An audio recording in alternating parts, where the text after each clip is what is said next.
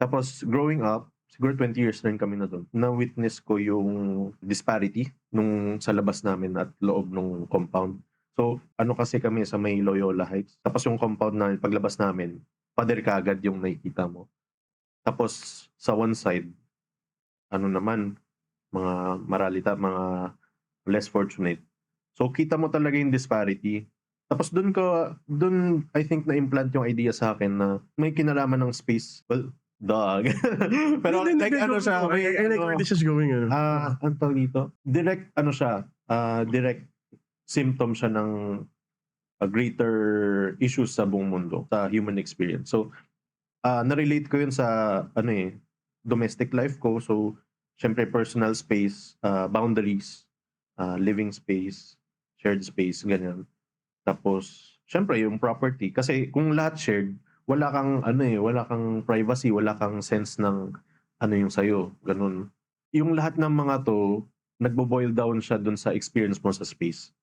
So, kahit sa issues ng property, no? So, sa QC, syempre may less fortunate. Meron din yung mga, mga may lupa, ganyan. So, yung difference ng plots ng land, ganun, yung division ng space, na, kunyari, may kita mo sa mga barangay, sobrang, layo ng contrast. Ito yung mga, nakikita kong important i-discuss sa artwork ko. Kasi ako, personally, nakaka-relate ako. I think nasa lahat naman ng tao yung desire na magkaroon ng sarili mong property, sarili mong lugar, 'di ba? Parang siya basic human need na deserve ng lahat eh. Yeah.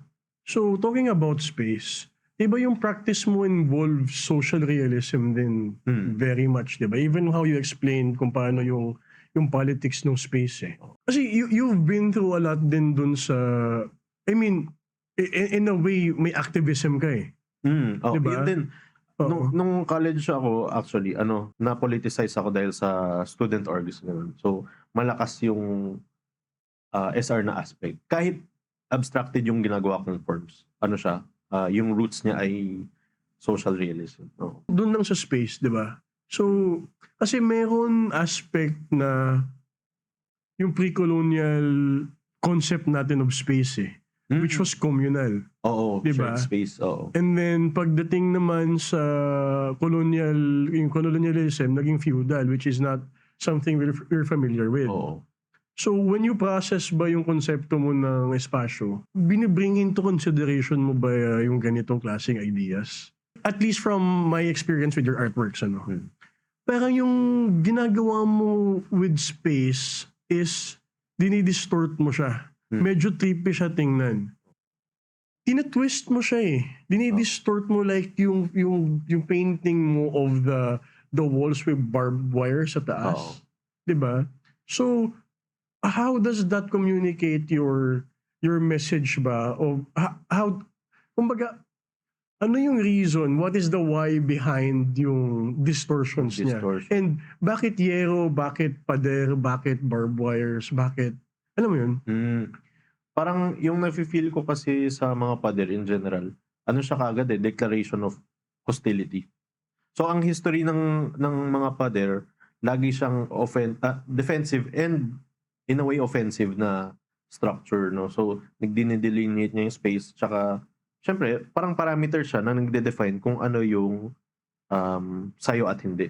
Kung ano yung pwede mong puntaan at hindi. Ganun. Ayun, tapos nakikita ko siya as a power structure na kung nagde-define rin kung sino yung tagalabas saka sino yung tagaloob. So, sa atin, sa personal history natin ng Philippines, meron tayong intramuros, di ba? So, intramuros is inside the walls. So, so syempre may extramuros, so tagalabas. So, yung mga hindi gustong magpabilang sa intramuros ay parang weird ba or mga pagano basta mga tagalabas, mga ayaw sumunod.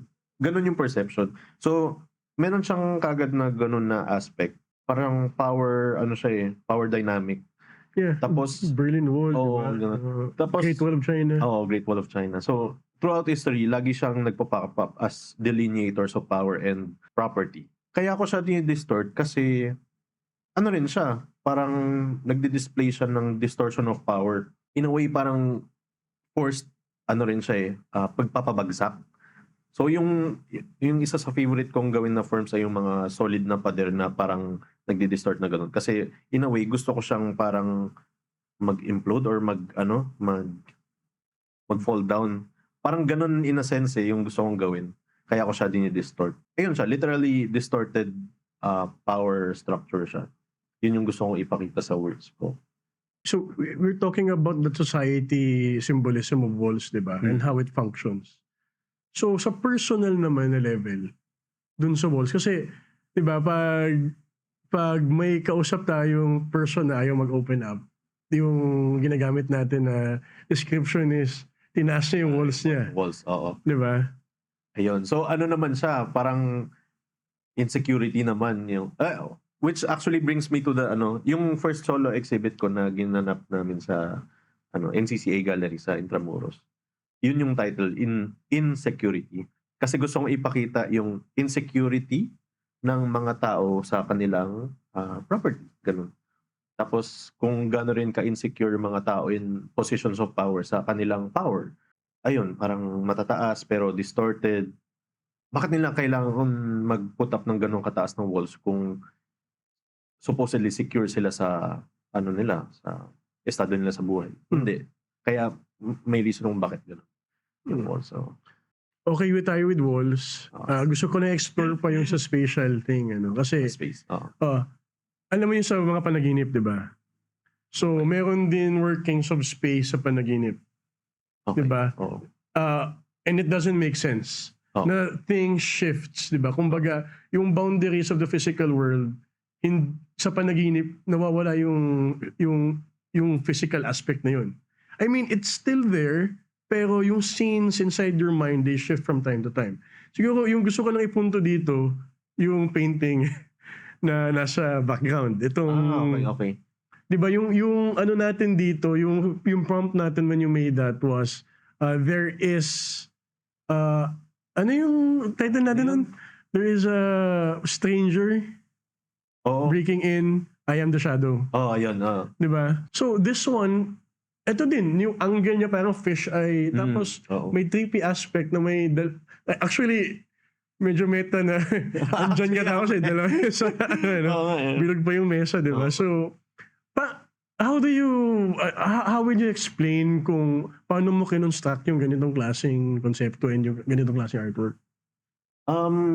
I think may attempt dito sa piece na to na parang tingnan yung buong picture literally and metaphorically in a single glance, ganun. So parang yung point ko rin dito tsaka doon sa isang artwork ay ipakita both sides at once, no? So ganun. Yung title nito ay I think Hain. So yung concept ko dito kasi ay confrontation with the self, no? So naghahain ng can of worms. So can of worms yung nasa gitna. Hinahain ko siya sa sarili ko, ganun. So parang ano siya